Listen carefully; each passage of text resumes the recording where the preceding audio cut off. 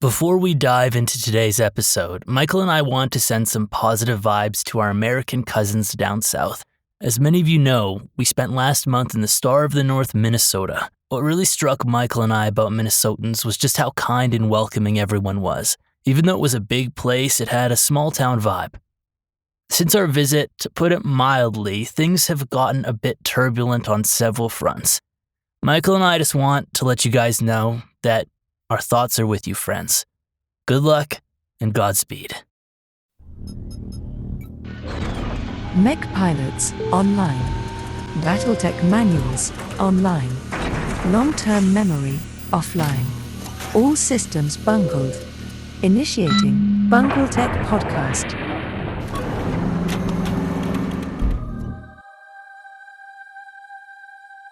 In this special 0.5 micro episode of BungleTech, I'm taking the controls of the bunker all by myself. Think of it as a bite-sized transmission, designed to clear a lingering task off my list and soothe Michael's tormented spirit, which is currently howling over our uneven episode count. I've packed this mini deployment with a couple of rapid-fire updates and a story of my own creation to round things out, as I explain what I learned when submitting a story to Shrapnel. It's a tiny adventure, but a complete one. A little BungleTech snack to tide you over until the next full-sized episode drops. So ease off that throttle, MechWarrior. Pull on over and power down. It's time to take a momentary break from your busy war crimes-filled schedule.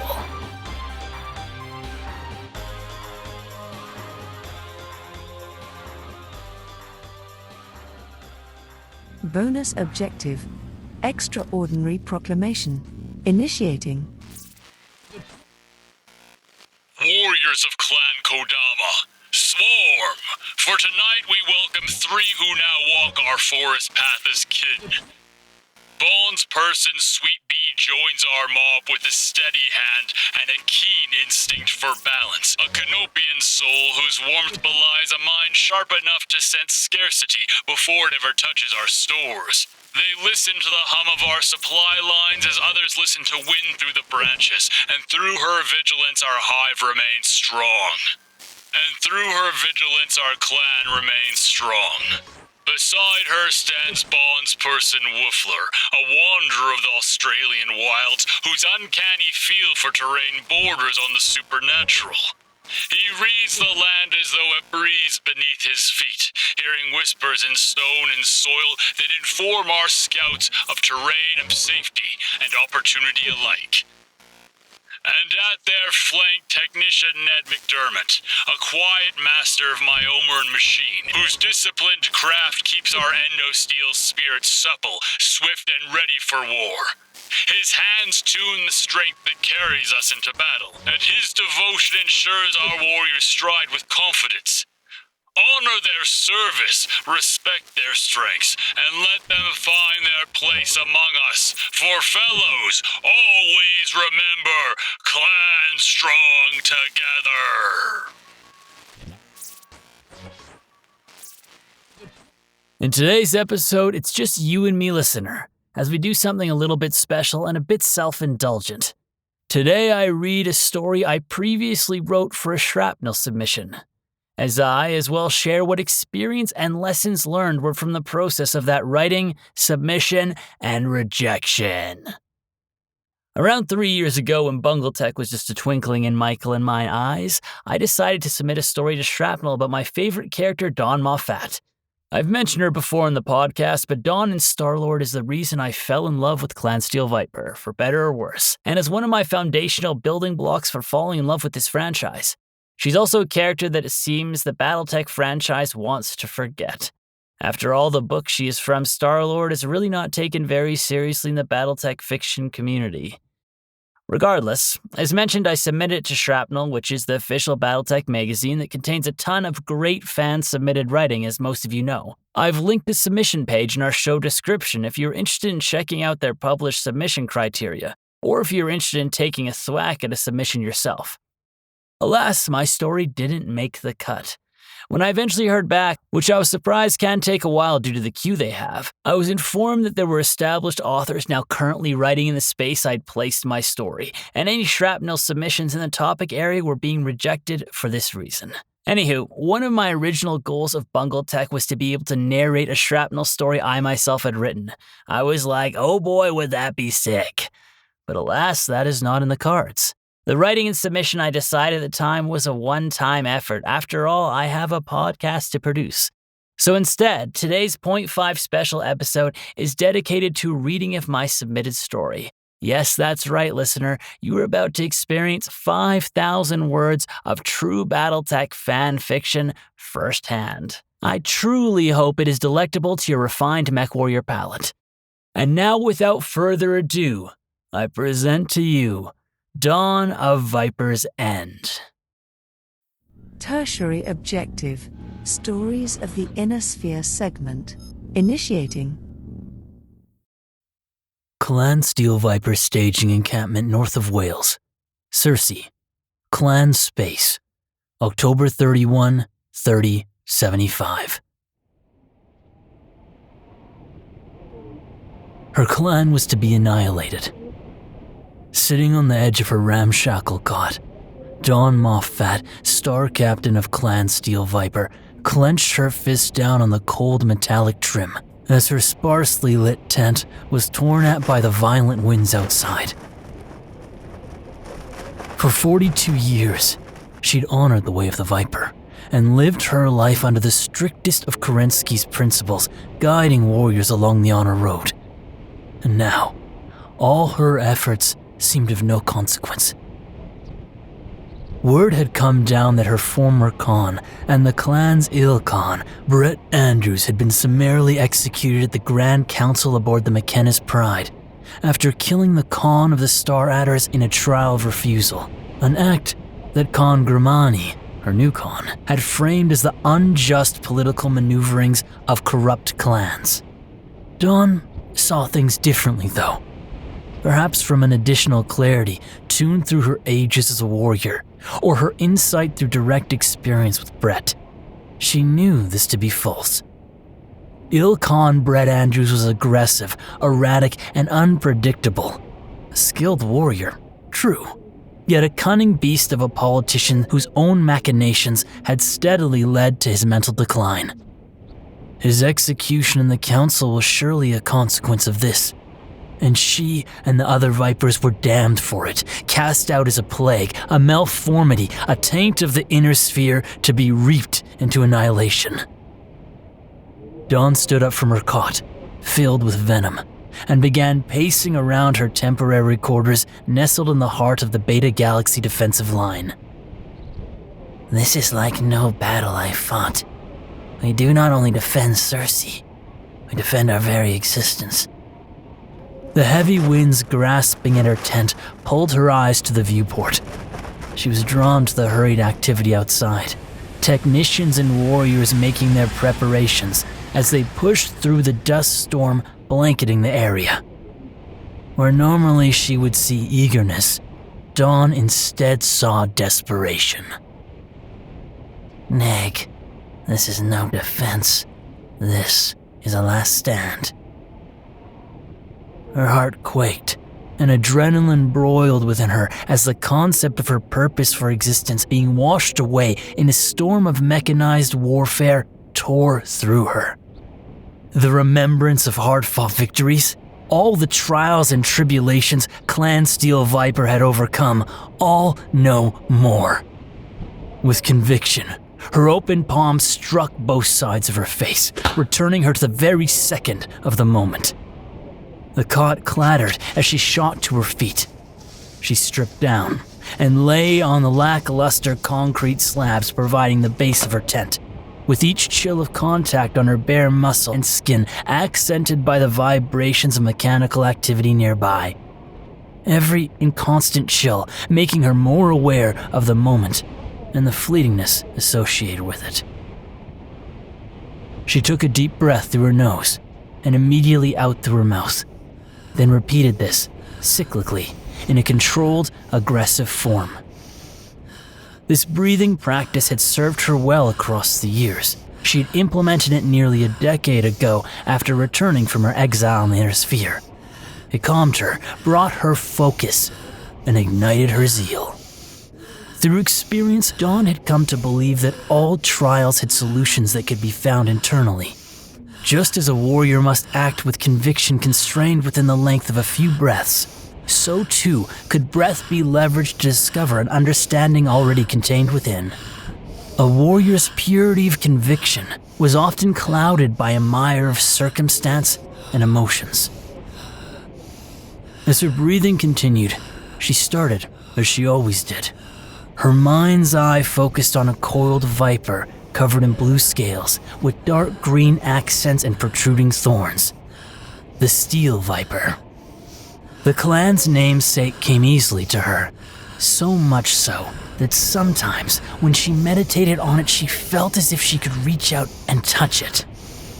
Minutes passed as her breathing continued. In, out. In, out. Dawn's chest puffed up and down as her cyclical breathing steadily intensified in a structured violence. Her mind with pinpoint intention focused only on visualizing the Viper, and all else came naturally.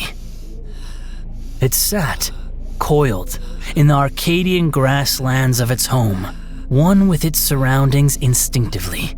It was being hunted, with the hunter moving ever closer, eager yet unaware of the Viper's location. Not one, but two hunters, on the ground and in the air.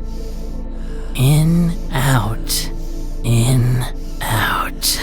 Her limbs were numb now, her muscles beginning to cramp as her chest intermittently jerked up from the ground, grabbing at each breath, her focus no longer on her body. The Viper darted quickly out as a howl of wind passed through the long grass surrounding it. A strike, a squeeze, and a squeal marked the end of the first hunter. Before, with great violence, claws and fangs came at the Viper from above, tearing fiercely at its scales as it uncoiled from the limp body it had constricted. Cuts, tears, rips. The Viper turned patiently defensive as it began to slink its way back into the cover of the tall grass behind it, all while the airborne hunter ever more aggressively attacked, instinctively taking every centimeter it was given. In, out, in, out. Dawn's lower back was arching off the ground higher now. Every breath in shot her up, and every exhale slammed her back down as her hands cramped into reptilian-like claws. Her body screamed as it experienced a legacy of pain found in her old scars, muscles, and bones. The hunter's talons raining blood swooped in for the kill, diving once more, the safety of the long grass beyond the Viper's reach. A rushing roar of wind swelled through the ocean of Arcadian grass, a gust that was timed with a precise strike. The Viper's feigned weakness, its feigned retreat, replaced by a snap as its fangs sunk into the attacker the moment the gust caused it to waver. The Steel Viper wrapped itself around the airborne would-be hunter and squeezed the remaining life out of it. In, out, in, out. Dawn's eyes opened, her body covered in sweat as her physical discomfort slowly began to seep away. Her breath returned to normal, inner turmoil given way to calmness of purpose. She knew what she had to do. Just as Dawn had stalked the free-birth Capellans hunting her through the rock-torn crevices on Goat Path. Just as Dawn had come down upon the snow ravens on Homer with a venom and ferocity they were ill-prepared for, Dawn would turn her clan's would-be hunters into the hunted, the annihilators into the annihilated.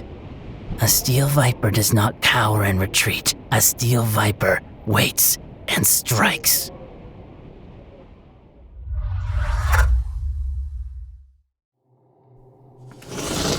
With a firmness in her step that she'd come to be known for, Dawn pushed her way through the heavy winds of Circe as she made her way into Beta Galaxy's temporary command post. Galaxy Commander Angelica Zalman stood surrounded by subordinates as she looked across a variety of topographic maps and tactical plans speckled with icons representing the Steel Viper forces on Circe, and the vast forces reported of the Blood Spirit and Cloud Cobra invaders. Galaxy, Commander, an audience at your convenience, Dawn said. One of her fellow Beta Galaxy compatriots, a younger Star Colonel, flinched on hearing her voice, before turning toward Dawn with a grimace. Dawn was not well liked, and she knew it. Her failure at Tukayid and her time in the Inner Sphere thereafter tainted her interactions with most of her clan, especially those of a Crusader inclination, with this disdain becoming even worse since the announcement of Reavings by the late Ilkhan Brett Andrews. Without turning her eyes away from the table, Angelica Zalman, her features hard, waved off her subordinates, saying, "Prepare for extraction to Tash. We will take advantage of this gale as it holds." The commanding officers of Beta Galaxy hurried out at her command, avoiding any engagement with Dawn. Dawn, able only to contain her frustration at what she had just heard long enough for the others to leave the quarters, burst. "We are to retreat like cowering serats, Quiaf!" Neg. Angelica turned her attention to Dawn as she stood seemingly unmovable, her shimmering Steel Viper black and green uniform accentuating her sharp features. Angelica was one of those rare warriors that demonstrated strength even in stillness. Her features softened slightly as she continued with a tired and defeated-looking smile. "We are to relocate our might and prepare for a siege." Dawn, disillusioned, locked eyes with Angelica. They'd served together in Beta Galaxy for years, and after fighting together for so long, they'd come to be trusted friends. A friendship and trust built on the Spartan truth found on the battlefield through the hells they'd survived. Treacheries including the Desgra tactics of the Jade Falcons and the Diamond Sharks, and the monstrous acts of the Bandit caste. This trust was rare for Dawn, with only a handful having earned it. Angelica, and the warriors in her trinary, and her former compatriots in Duncan's Demons. Across her years, Dawn had learned that trust could only be placed in those that had demonstrated their worth in action, not in words. And Angelica's actions had been significant. For one, it was her interference that had ensured the Viper Fusiliers were not absorbed into another cluster after their Hegira on Marshall. Instead, to be maintained at its remaining trinary strength, to be leveraged for use in small-scale special operations. And it was her action thereafter that led to Dawn being instated as a Fusilier's commanding officer.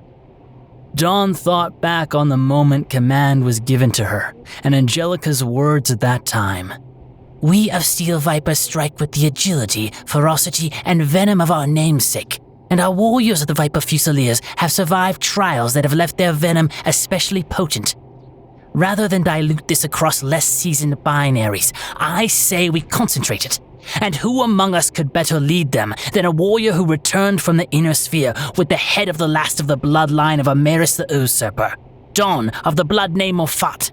Let it be so, and let any who question this decision test its worth by meeting me in a circle of equals."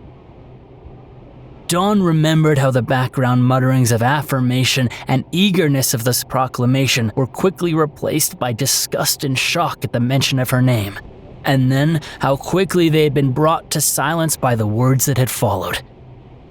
Dawn's thoughts were interrupted by the whipping noise of the gale outside as Angelica continued addressing her. "I understand this order is a challenge, Dawn. It is challenging for me as well, yet the hope of survival for Clan Steel Viper depends on it." She locked eyes with Dawn, a heavy weight behind them. "And it is a command from our Khan." Dawn protested near immediately. "Angelica, with my respect for his accomplishments, Khan Germani's strategies are mired in his elemental ways. What would an elemental know about the expansive battlefield we find ourselves on?" She scoffed involuntarily.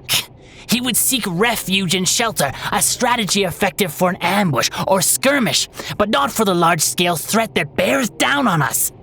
Angelica sat down stiffly, leaning back into the only chair that decorated the sparse command post, as frustration crept into her voice as she said, "And what would you have us do, Dawn? What wisdom would an aged warrior share with me?" Dawn's jaw clenched, yet she retained her composure despite the insult. She knew reacting hot-headedly would get her nowhere, and after all, even she could not deny her time as a warrior had stretched beyond its upper limit. Calling her an aged warrior was perhaps the softest way to land the blow. "The winds that press on us from the north," she said while tracing her hand on the maps resting on the table, "is not only a boon for our defense, but our offense as well. With the gale at our back, we can press forward. Our opponents will be hunkered down in Wales, blind and fearful of moving through a storm in unfamiliar territory." Angelica leaned forward, her eyes scanning the maps on the table as Dawn continued. "The terrain and the weather favor us. We take initiative now and move forward into Wales and crush the attackers' advance as they pause to tend their wounds." After a moment of silent contemplation, Galaxy Commander Angelica Zalman locked eyes with Star Captain Dawn Moffat. "Your proposed strategy is suicidal. Your hope to press a weather and terrain advantage could give us momentary advantage, but the chance of that resulting in a victory for our galaxy against the numbers set before us is minuscule." Dawn pointed her finger at her commanding officer and friend before tracing it back to herself. "This battle is not what we know of clan combat. It is akin to the treacherous acts of the Inner Sphere and their destruction of Smoke Jaguar. They consider us Desgra, unworthy of honor. There will be no bids, no bachals. If we fail to use any advantage, we will fall as Smoke Jaguar did, foolishly and quickly forgotten." The annihilation of the once powerful clan Smoke Jaguar sat in the recent memory of all in Steel Viper. Despite the Jaguars not being as skilled or principled as the Vipers, their prowess as warriors of worth was never in question. Angelica unfolded her hands and gestured for Dawn to continue. "We would not cower away into the Inner Sphere like the false clans that have found themselves under such a threat. Our clan is stronger, truer, more purposeful. We are the undeniable vision of Kerensky. Of all the clans, we are the most resolute. Kuyaf?" "Af," Angelica admitted. "Then let us show these invaders how their declaration of our annihilation, an act of war akin to the Stravag practices of the Inner Sphere, is done out of the fallacy of taint." The words flowed out of Dawn effortlessly and unplanned, sprouting from the deepest conviction. "We will demonstrate their foolishness on the battlefield. We will show them in action the truth that we are Kerensky's chosen." Dawn leaned forward, enthralled by her own words that were inseparable from the truth uncovered in her meditation. In contrast, Angelica leaned back looking at the ceiling in contemplation, her eyes tracing the ripples running along the roof as the heavy winds blew past. "I will not disobey the orders of our Khan and lead Beta Galaxy to defeat, even a glorious one as you envision. We must look beyond this moment, Dawn." Dawn's face bunched up. She slammed her fist down on the table between them, holding them there with all her might as their color faded to a sickly white. Angelica returned her stare, saying nothing. "There is only this moment," Dawn muttered. "Then let the Viper Fusiliers do as you intended them originally. Let me lead us to break the offensive, to cover Beta Galaxy's retreat, and show our enemies that the venom of the Steel Viper will not be diluted, no matter how many false warriors they throw at us. You would send your trinary of warriors to their deaths. No, I would ride with them into the passages of the Remembrance." A great weight was placed on them both. Dawn's strategy was consistent with the intended application of the Viper Fusiliers. But this would be a mission in which few, if any, warriors would return. And they both knew that. Yet that was the undeniable reality they found themselves in. Angelica considered Dawn a friend, a confidant, someone worthy of trust, as Dawn did so to her. But a warrior first. Angelica sighed as she stood up from her chair, taking a commanding posture. "Very well, Star Captain. I approve of your mission. Your trinary will set out at once. Your objective is to delay the advance of the invaders while the remainders of Beta Galaxy retreat to Tash." Dawn snapped a nod. "Thank you, Galaxy Commander. We will not fail in our mission." They stood there silently for a moment, cloaked in a sense of formality and finality, before eventually Angelica spoke with emotion creeping into her words. "Goodbye, Dawn." Dawn replied with only her truest words. "It has been an honor." As Dawn left the command post with a contrasting sense of liberty and foreboding, a break in the dust storm removed some urgency from her step. Looking up at the dust-covered night sky, she could see through cracks in the thick cloud cover the dropships of the invaders. At a great distance, they resembled a meteor shower. Brilliant, countless, and catastrophic.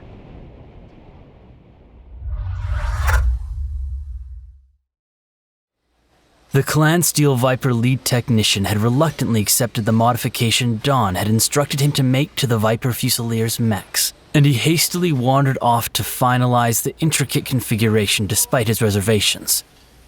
Just like Dawn had in the past taken extraordinary means to achieve victory, she knew that desperate times called for bold measures.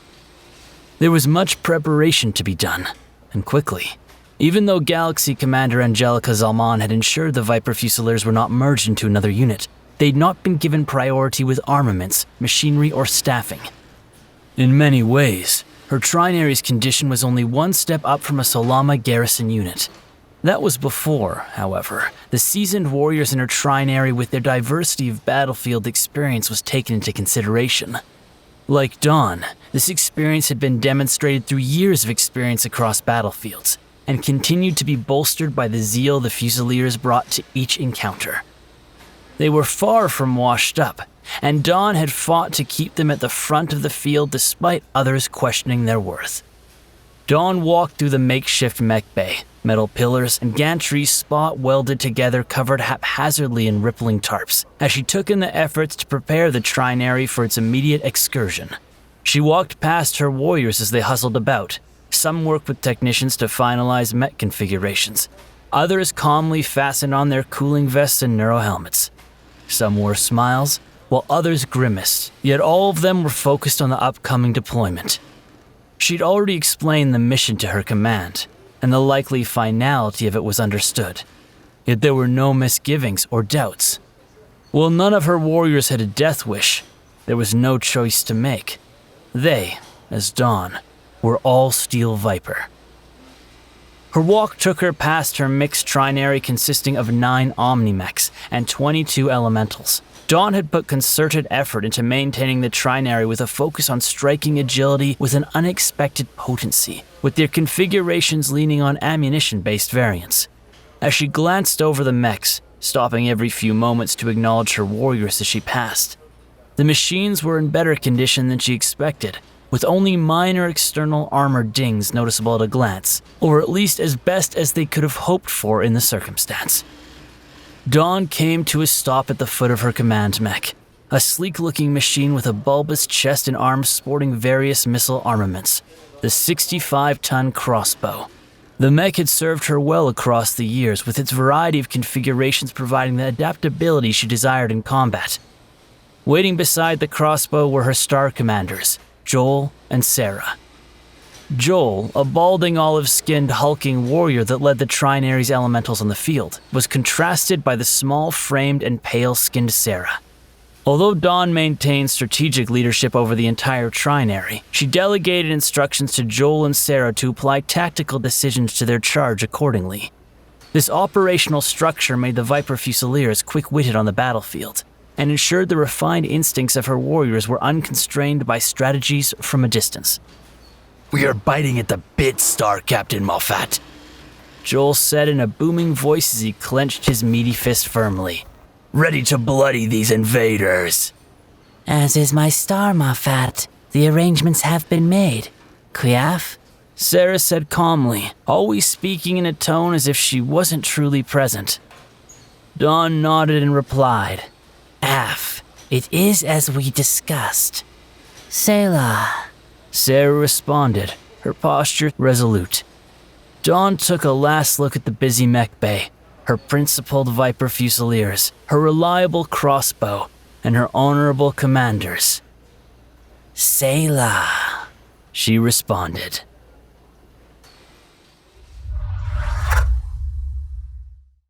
Wales, Circe, Clan Space, November 1, 3075.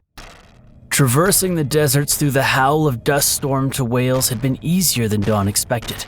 The gale at their back bolstered their speed, and the smoothly carved out desert offered no challenge piloting across a terrain which at times could bog down mechs in sinkholes.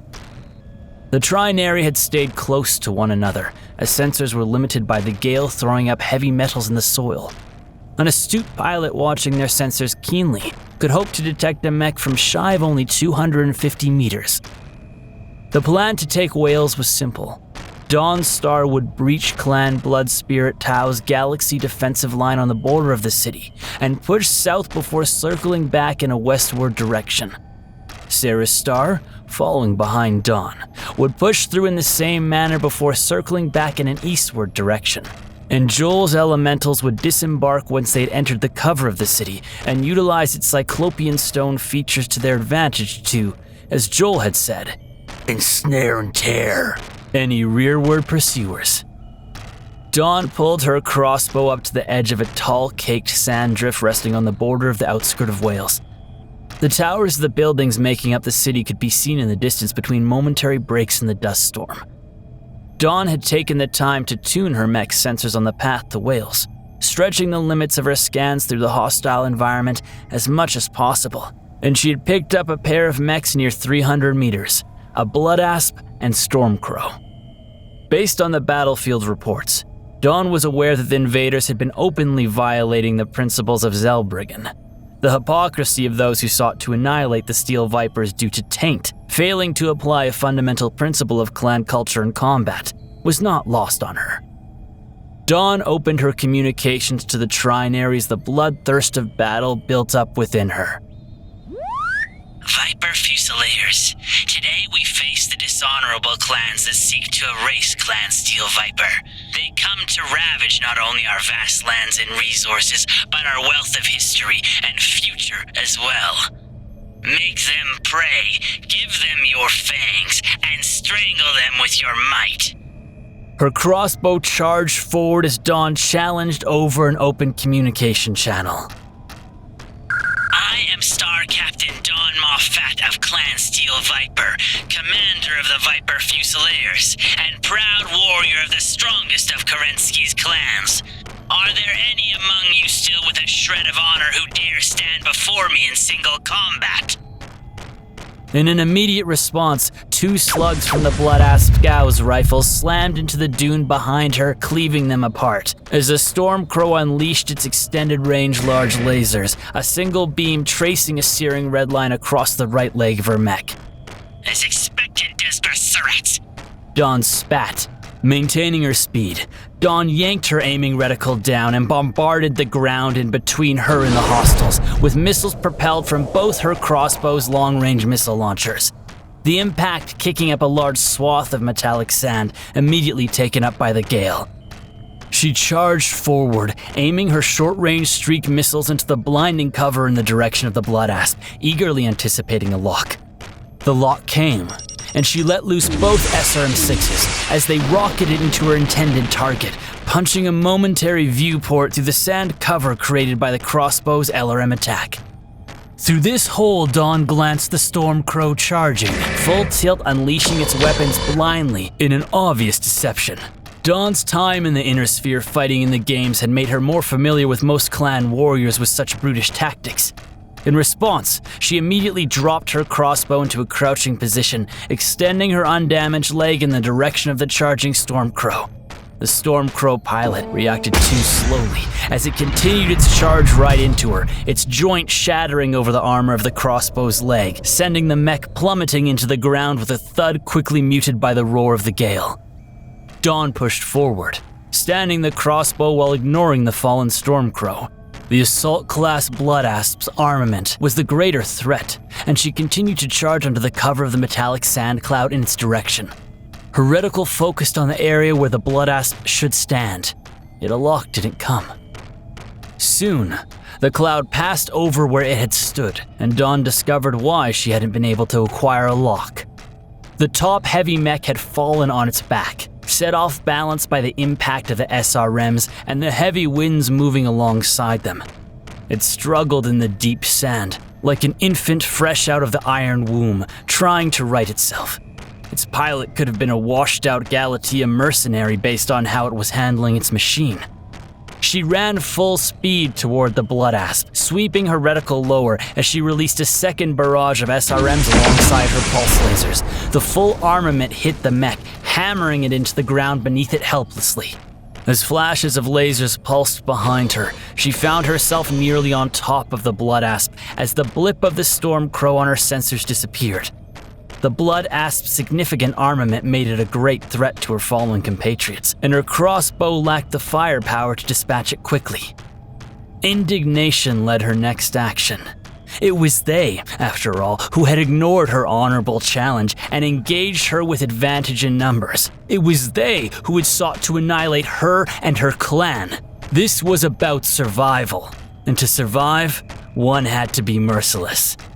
Dawn leapt into the air above the partially buried blood asp and smashed both of her mech's feet through its cockpit, smearing the pilot between tons of metal before continuing her relentless sprint. According to plan, as countless hostile pings began to pepper Dawn's sensors, the Viper Fusiliers breached into the cover of the city.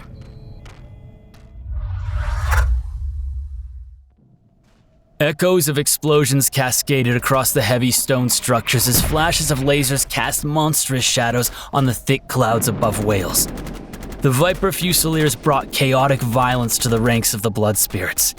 Pulse lasers webbed their way through the claustrophobic streets as Dawn's crossbow engaged a grizzly, its missiles tearing haphazardly through the buildings around her as they ripped into her mech's hip. She had multiple armor breaches, her cockpit was broiling, and her hip actuator was barely functional. As shockwaves rocked the area, Dawn circled her crossbow around a large tower, seeking to find the rear of her opponent as her eyes darted across sensors. The bleak state of the Viper Fusiliers was undeniable.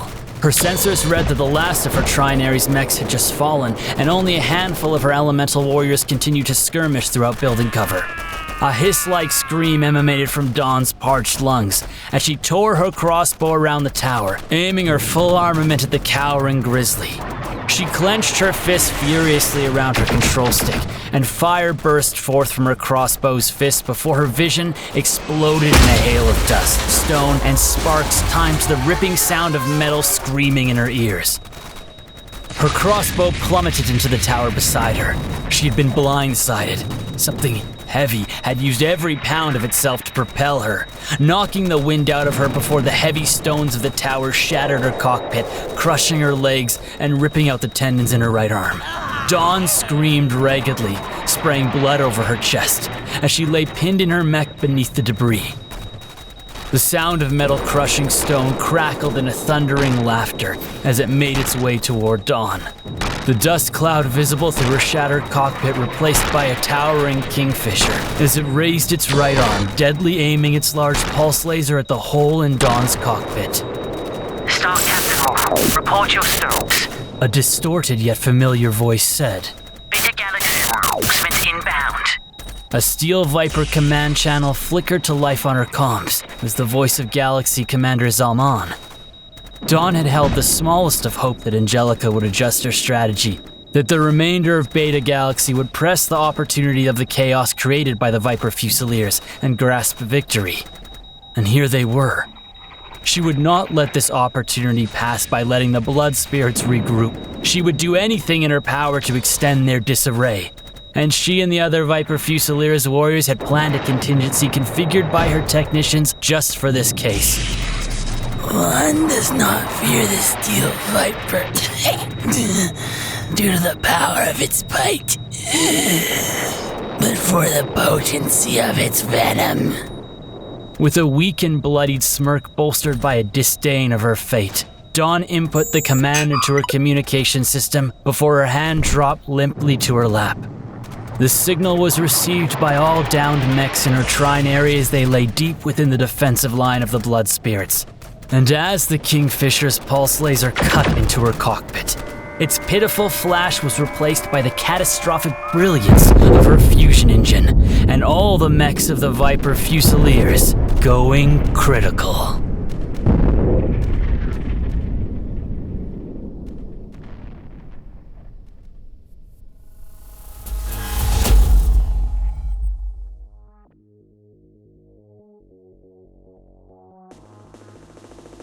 And there you have it. I bare my heart to the world. This has been my rejected shrapnel story. A what-if that could have been if current publishing circumstance and my skill as an author was better aligned. Honestly, my story aside, I am excited for the work that will be coming out in the Wars of Reaving trilogy sometime in the future and look forward to reading those books. Fingers crossed Dawn makes an epic appearance. Overall, writing and submitting a story was an interesting experience for me, and here's what I learned. Number 1, man, did it take way more research and time writing than I was expecting. All my previous creative writing has been in universes I myself built, so completely unconstrained. Writing something regarding a specific character at a specific timeline is a whole nother beast when you're trying to be so mindful to not throw any discrepancies in. Number 2, although submission standards to publications like this are clear, there are a variety of other reasonable and subjective reasons you cannot anticipate for your story to be rejected, i.e., other authors are currently writing the space. And number 3, oh boy, are more people submitting BattleTech stories than I expected at the time. With all that said, jump into the comments, assuming your platform allows them, and let me know what you thought of the story.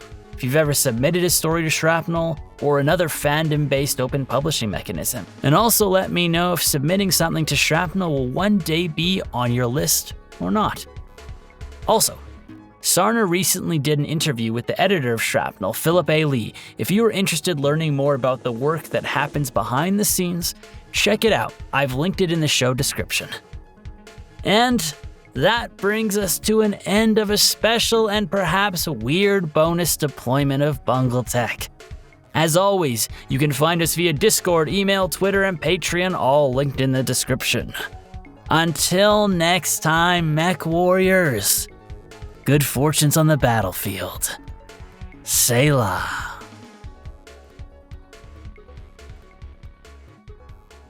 All podcast objectives complete. Podcast shutdown sequence initiated.